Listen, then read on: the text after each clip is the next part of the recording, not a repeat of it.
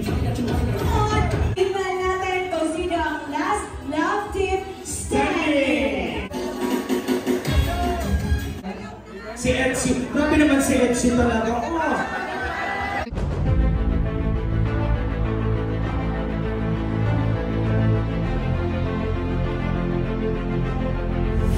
Ayun, shoutout guys, muli, welcome to my YouTube channel.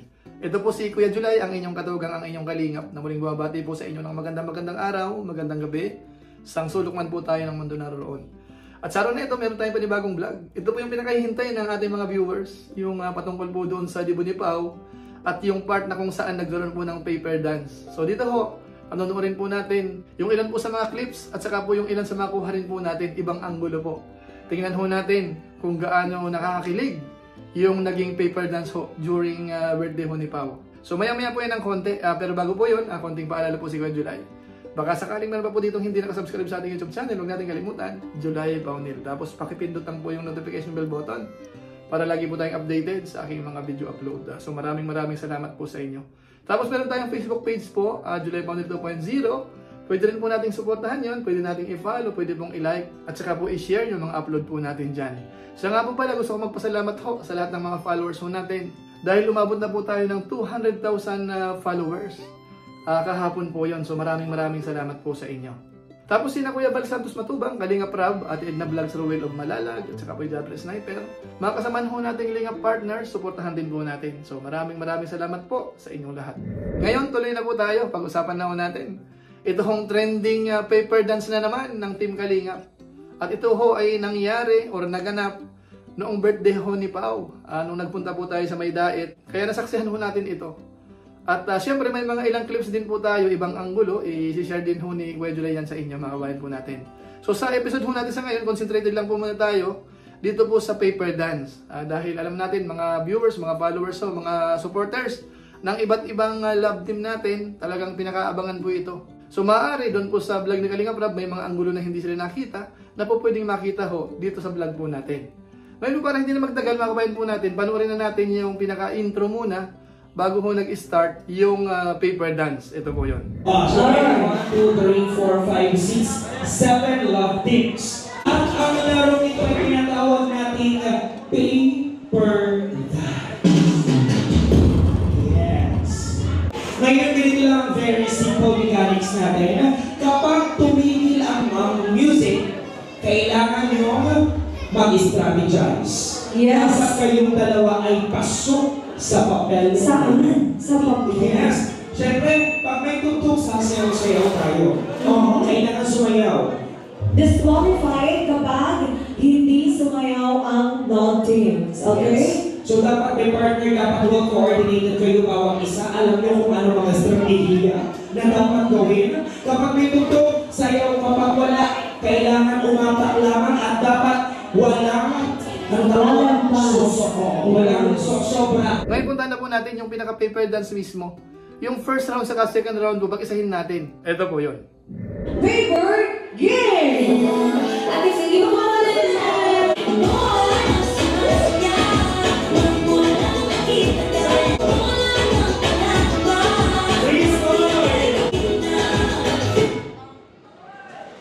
alright, let's go everyone! Grabe naman kung may matalapag ka. You have surprise kung meron na tayo sa first round. Okay. Okay, labas na. Tupiin natin. Isang tupi muna. You can remove your sandals, your heels, Yes. for you to execute properly. It depends upon your strategies. Okay, go There back. you go. Let's have our round 2.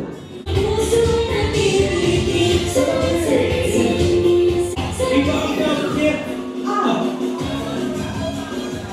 Aha.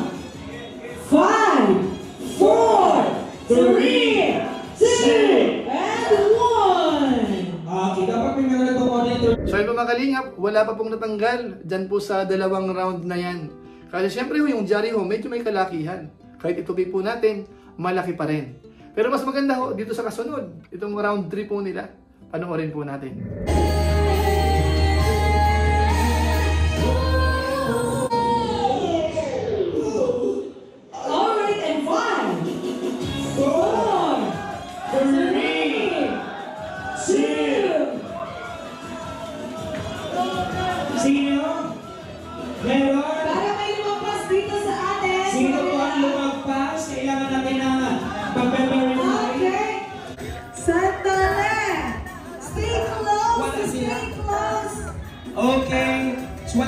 out. Dove Kit out. Sorry. Ano ba naman iyan? Nag-expect pa Okay. So ayun, mga kabayan natin, may yakap na ho, ano? May konting yakap na po dito sa round 3. At ang natanggal po dyan ay si Dabkit, si Kuya David, at saka po si Inkit, ano? So hindi natin alam kung medyo sinadya or ayaw na masyadong tumagal po dyan sa laro na yan. So sila po ang unang natanggal. Ngayon pupuntahan na po natin yung pang-apat na round. Ito naman po yun.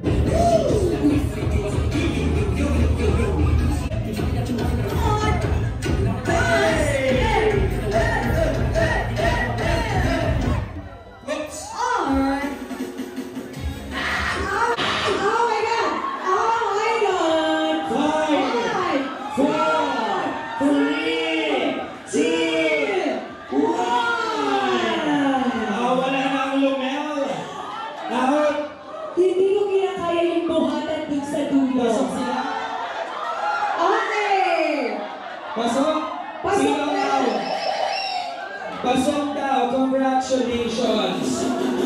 Alright, okay na. Hoy! Okay na ba sila? Hoy! Tama na! Tapos na!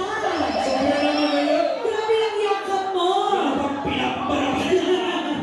So ayan po, mga kabayan natin, kinarga na po at yung yakap po ay mas humigpit na, ano, mga kabayan natin.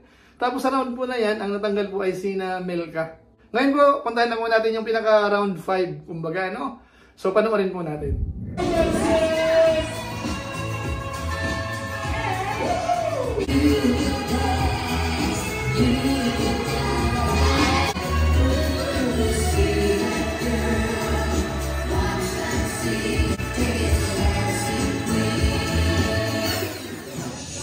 Eto na, magkakarawa na!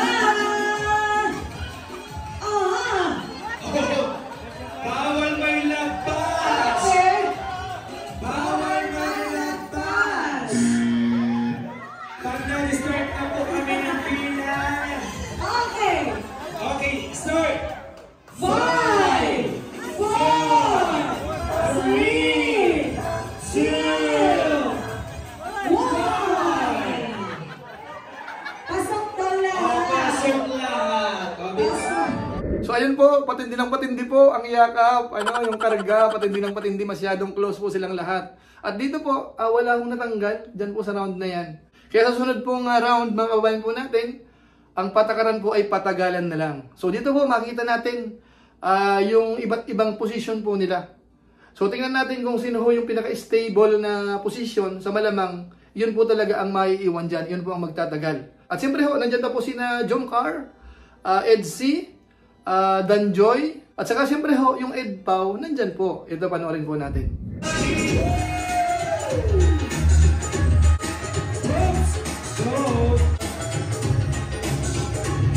Edwin! Come on, dance, come on.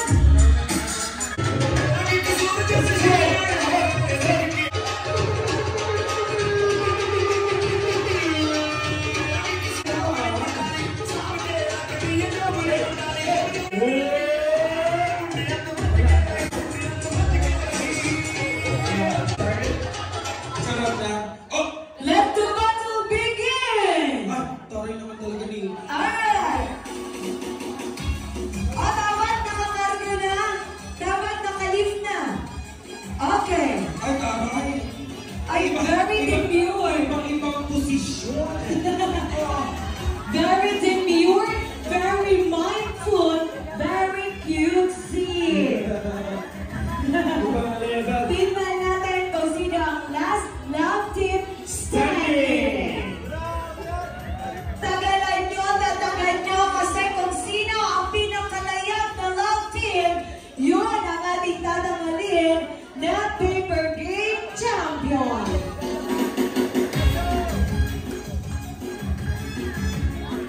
I love the one in front of us. Very demure. Yes! Anong team niya? Si Edsy. Grabe naman si Edsy talaga. Oh, si Joy! I'm so sorry. Oo. Wala na out na ang Jomcar dahil hindi niya nasubrahan daw po sa kain na Titira na lang ang Joy, Edsy, and Pao. Ay! Grabe! So it's the battle between Eto and Edsy. Sino sa tingin ninyo ang magwawagi? Who's your bet? Sino na nga yung bet na sino?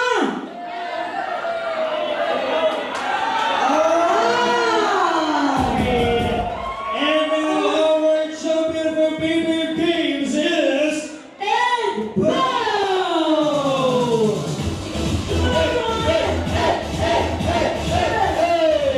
So ayun po mga kababayan po natin, ang unang bumitaw po doon ay si Carla at saka po si Jomar. So doon po kasi sa posisyon nila, medyo medyo parang mahirap din. Bagamat nasa likod ho, pero mukhang nahirapan po ng konti si Jomar kaya bumigay po uli. Tapos yung sumunod ho na bumigay ay yung Danjoy. Bagamat kayang-kaya ni Dan si Joy. Kaso nga lang ho nasa front. Habang tumatagal, mabigat ho yun kaya bumigay din po. Ngayon dalawa pong natira, sina Ed Pao at saka po Edsy. Medyo maganda rin po yung position nila. Bagamat si Eds po harapan, pero patayo po si Beyonce. Kumbaga po, yung pinaka-center of gravity, medyo malapit kay Eds. Hindi ka mukha pag nahiga, medyo po yung center malayo. Naka-offset po siya. So mahirap pong i-balance yun. Kaso nga lang ho, mas matatag po yung pwesto ni na Ed Pao. Kasi ho nasa likod, tapos medyo kayang-kaya. Kaya kung obserbahan ho natin, pwede hong tumagal pa po yun ng medyo matagal talaga. Kahit 2 minuto, 3 minutes or mahigit, kaya po nila yun kasi maganda po yung pwesto. Lalo na kay Eds din. Maganda yung magkakayakap eh. Masarap patagalin yan, mga kabayan natin. Kaso nga lang ho, kung yung napansin, parang bumulong po si Beyonce. Kaya po, ibinigay na. Na kung saan ho mas maganda yun. Kasi siyempre ho, si Pao naman po yung po dito, yung pinaka main character. O kaya yung may dibo po mismo. So marapat lamang po na si Pao talaga ang matira po dyan. Lalo't ang cute naman po ng kanyang kapartner. At siya nga po pala, isa pa po sa nagtagal siguro yun kasi malakas ang katawan po ni Edwin. Batak po sa trabaho yun. So kaya deserving naman po nila na manalo. So ilan po muna siguro yung ating ang ating obserbahang paper dance during birthday ho ni Pao. Dahil nandoon po mismo tayo. So masasabi ho natin sa kabuuan, okay naman po yung palaro. Ito naman po ay lang to, parang games lang. Huwag natin isiping medyo parang may kabastusan o ano pa man. Isipin na lang po natin naging part po nung palaro na hinihingi at inaabangan po ng mga viewers natin.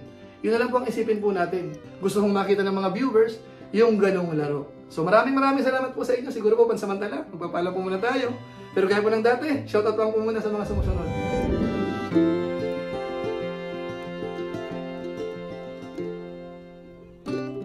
Tapos maraming salamat din po sa ating mga kasamang sa COOS, Kalingap OFW Organic Sponsors, sa inyo pong patuloy na pagsuporta po sa mga babae program ni na Kuya Bal Santos Matubang at saka po ni Kalingap Rao. Yung pinakahuli po nating naitulong nung nakaraang linggo o ilang days ang nakakaraan, nagbigay tayo ng 50,500 at napunta naman po yun doon sa babae ni Kuya Bal Santos Matubang. Yung kay Micaela po yata yung hindi ko nagkakamali. So maraming salamat po sa inyong lahat. Naway buwan-buwan, patuloy tayong magtulong-tulong para makabahagi po tayo sa pagcha-charity po ng Team Kalingap sa pamumuno ni na Kuya Bal Santos Matubang at saka po ni Kalingap Rab. Maraming salamat po sa inyo. At siyempre po sa ating mga followers, sa ating mga taga-subaybay, salamat po sa inyo at sinusuportahan po yung ating channel. Pati po yung live streaming po natin, lagi po kayo nakaantabay. So maraming salamat po sa inyo. So muli, ito po si Kuya July, ang inyong katugang, ang inyong kalingap na pansamantalang nagpapaalam po muna. Kita-kita na lang tayo sa mga susunod ko pang vlog. Maraming salamat sa inyong walang sama pagsuporta po sa ating YouTube channel. Pagpalain naman kayo ng Diyos, mabuhay tayong lahat. God bless. Bye!